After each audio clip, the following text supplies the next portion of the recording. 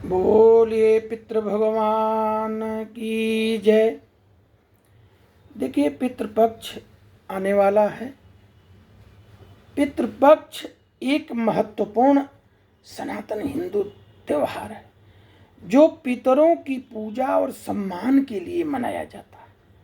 यह त्यौहार जो है भाद्रपद मास के पूर्णिमा से और अश्विन मास की अमावस्या तक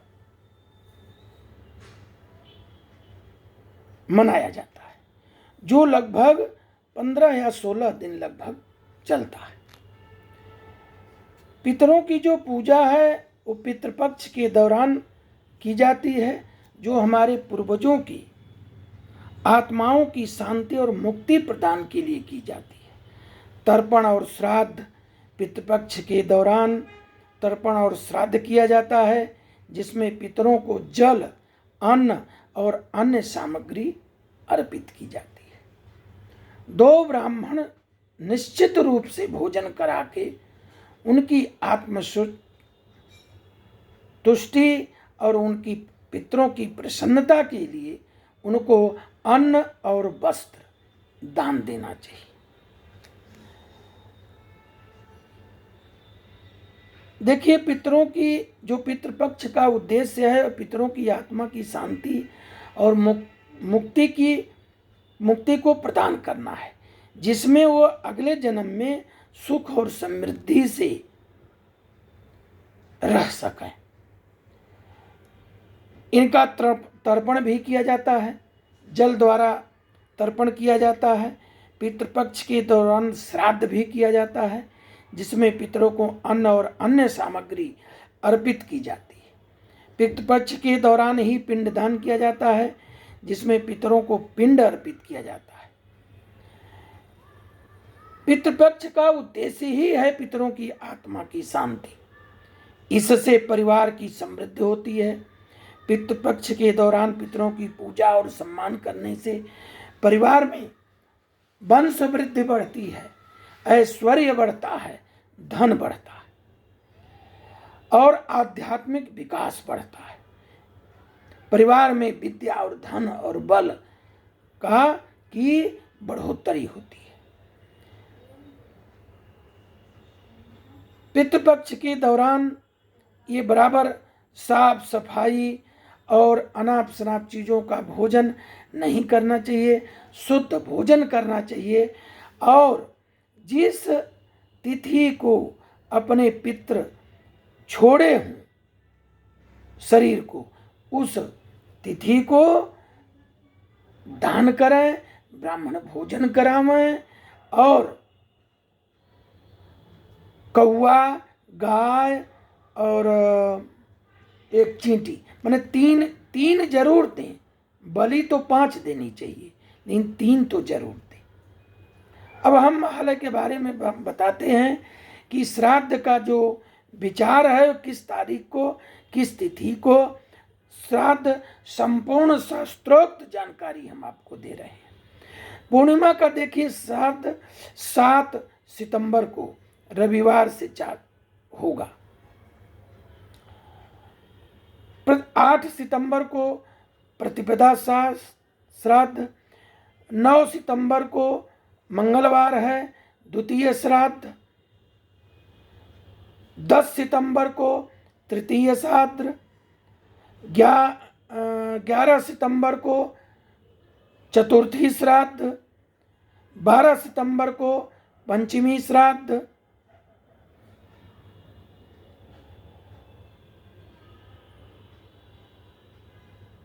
यह शुक्रवार को पड़ेगा। दिन में 1:31 के पश्चात फिर षष्ठी भी श्राद्ध उसी दिन लग जा रहा है। षष्ठी भी उसी दिन है। तो सूर्योदय के हिसाब से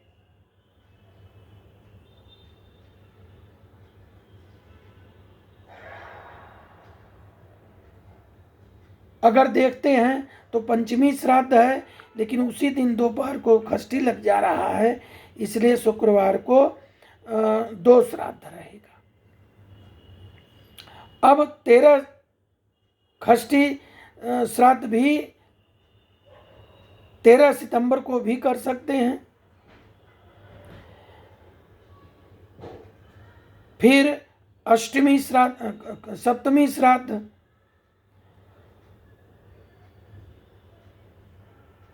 तेरह को भी कर सकते हैं, क्योंकि 11:04 के पश्चात सप्तमी श्राद्ध चालू हो जाता है, तो कर सकते हैं। फिर 14 सितंबर रविवार को अष्टमी और नवमी दोनों का श्राद्ध कर सकते हैं। फिर 10वीं श्राद्ध जो है 16 सितंबर को मंगलवार को, और एकादशी श्राद्ध जो है 17 सितंबर को, द्वादशी श्राद्ध जो है 18 सितंबर को, त्रयोदशी श्राद्ध जो है 19 सितंबर को, और चतुर्दशी श्राद्ध 20 सितंबर शनिवार को। फिर 21 सितंबर को अमावस श्राद्ध है, जो कि लास्ट जिसका कोई नहीं मतलब मालूम नहीं रहता है, तो उस दिन जो है पितृ का अमावस के दिन सबकी श्राद्ध होती है।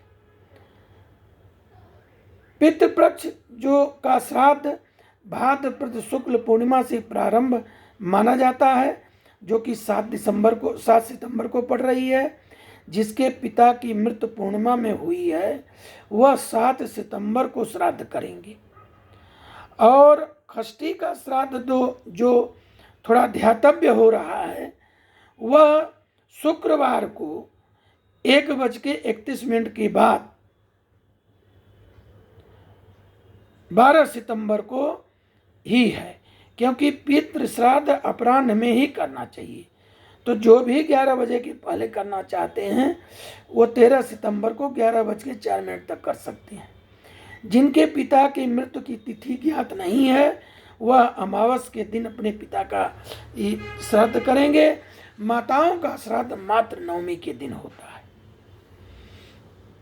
देखिए, शास्त्र आदि में मृत व्यक्तियों के लिए चतुर्दशी तिथि ग्राह्य है, परंतु चतुर्दशी को मृत व्यक्तियों के श्राद्ध को द्वादशी के दिन करने का शास्त्र में प्रमाण मिलता है। अतः चतुर्दशी के दिन केवल शस्त्र आदि से मृत व्यक्तियों के लिए ही श्राद्ध करें।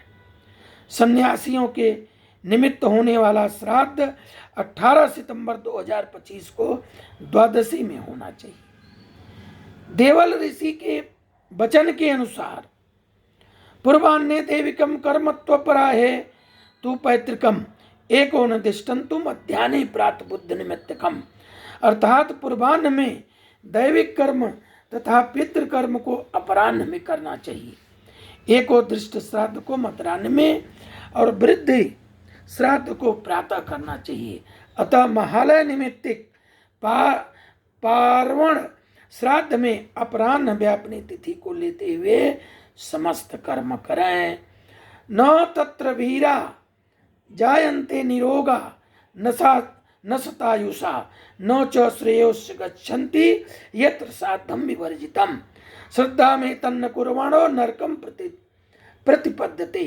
श्राद्ध नहीं करने से घर में निरोगी वीर पुत्र, श्राद्ध नहीं करने से घर में निरोगी पुत्र पैदा नहीं होते, अर्थात अल्पायु में होती है, रोगी पुत्र पैदा होती है, किसी भी प्रकार का कल्याण नहीं होता। इस परम पवित्र काल में श्राद्ध न करने से आदमी नरक में जाता है। आयु प्रजाम धनम विद्या स्वर्गम मोक्षम सुखानि च राज्यम चैव प्रेक्षन्ति प्रीता पितृगणाम निराम, अर्थात पितरों को प्रसन्न करने रखने से आयु, पुत्र, धन, विद्या, स्वर्ग, सुख, मोक्ष, राज्य ये सब प्राप्त होता है। अतः पितरों की तृप्ति के लिए महालय में अपने पितरों का श्राद्ध अवश्य करें। बोलिए पितृदेवताभ्यो नमः।